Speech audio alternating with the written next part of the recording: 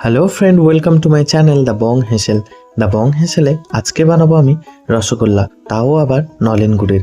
এই শীতকালে নলেন গুড়ের রসগোল্লা খেতে কিন্তু দারুণ লাগে। তো শুরু করা যাক। তো প্রথমে রসগোল্লার জন্য ছানা কাটিয়ে নেব। তো তার জন্য কড়াইতে আমি নিয়ে নিয়েছি প্রায় 1 লিটার মতো দুধ। তো দুধটা ফুটে উঠলেই এর মধ্যে দিয়ে দেবো লেবুর রস। এখানে লেবুর রসের পরিবর্তে ভিনিগারও ইউজ করা যেতে পারে। তো তারপরে ছানাটাকে ভালো করে জল ঝরিয়ে নেব, আর জল ঝরানোর আগে ঠান্ডা জলে একবার ধুয়ে নেব। এরপরে এদিকে আরো একটি কড়াইতে আমি 1 কাপ মতো জল নিয়ে নিয়েছি। এর মধ্যে দিয়ে দিয়েছি আমি 2 চামচ মতো চিনি, আর তার সাথে দিয়ে দিয়েছি খাঁটি নলেন গুড়। এরপরে ছানা থেকে জল ঝরে গেলে ছানাটাকে নিয়ে ভালো করে হাতের সাহায্যে মেখে নিতে হবে একদম মিহি ভাবে। এরপরে ওখান থেকে লেচি কেটে রসগোল্লার মতো পাকিয়ে ফুটন্ত ওই রসের মধ্যে দিয়ে দেবো। এরপরে ভালো করে প্রায় 10 থেকে 15 মিনিট ফোটাতে হবে ঢাকা দিয়ে। তারপরে ঢাকনা খুলে যখনই দেখবে যে এইরকম ভাবে ফুলে উঠেছে রসগোল্লাগুলি, তখনই নামিয়ে নেব এবং সার্ভ করব শীতের পুরো এই নরম তুলতুলে নলেন গুড়ের রসগোল্লা।